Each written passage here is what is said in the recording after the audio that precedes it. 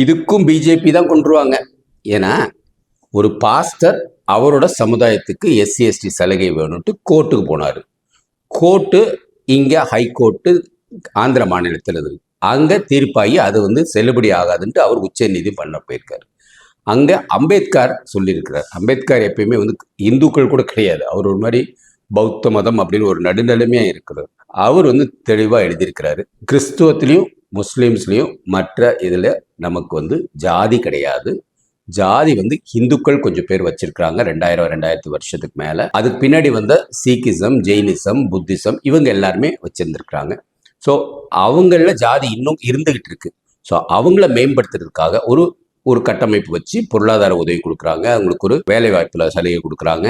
Plus அவங்க டாக்டராக இருக்கோ இன்ஜினியராக இருக்கோ எல்லாமே அவங்களுக்கு சலுகைகள் இருக்கு. இனி அந்த சலுகைகள் இருக்காது. இதை நம்ம தெளிவுபடுத்தணும். இதையும் பாரதிய ஜனதா கட்சியில் தூக்கி போடுவாங்க. அதுதான் இந்த ஒரு அரசாங்கம். இதுக்கும் பாரதிய ஜனதா கட்சிக்கு எந்த ஒரு சம்பந்தமும் இல்லை. பாரதிய ஜனதா கட்சியில் இருக்கிற கிறிஸ்டியன்ஸ் முஸ்லீமுக்கும் இது ஒரு பாதிப்படைங்கிறது நம்ம எல்லாரும் தெரிஞ்சுக்கணும். இதுக்கும் மோடியோ அமித்ஷாவோ பாரதிய ஜனதா கட்சிக்கோ எந்த ஒரு சம்பந்தமும் கிடையாது. வாழ்க பாரதம், வளர தமிழ், ஒளிரட்டு தமிழகம்.